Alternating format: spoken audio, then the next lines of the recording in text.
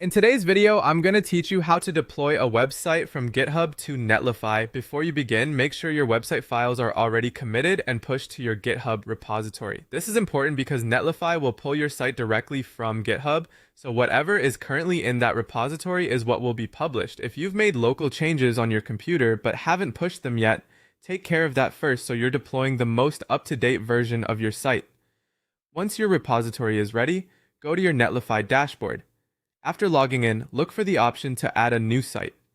Click Add New Site, and then choose Import an existing project. This tells Netlify that you want to connect a project that already lives on a Git provider, rather than starting from scratch. It's a simple option, but it's the key step that begins the connection between your code and your live website. Next, choose GitHub as your source. If this is your first time connecting GitHub to Netlify, you'll be asked to authorize access. Go ahead and approve that connection so Netlify can view the repositories you want to work with.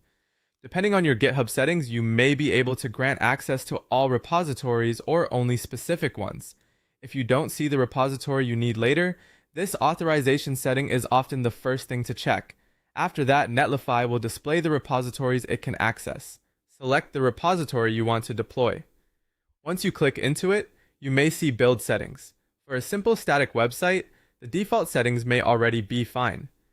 If your site uses a framework or build process, this is where you would confirm details like the build command and publish directory. The goal here is to make sure Netlify knows exactly how to prepare your site for deployment. When everything looks correct, click Deploy Site. Netlify will start pulling your repository, processing the project, and publishing it to the web. This usually only takes a short time, and you can watch the deployment progress directly in the dashboard. If there's ever a problem, the deploy logs can help you identify what went wrong.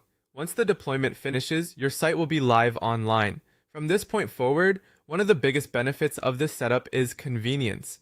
When you push updates to GitHub, Netlify can automatically redeploy your site. That makes it much easier to keep your website updated without having to manually upload files each time.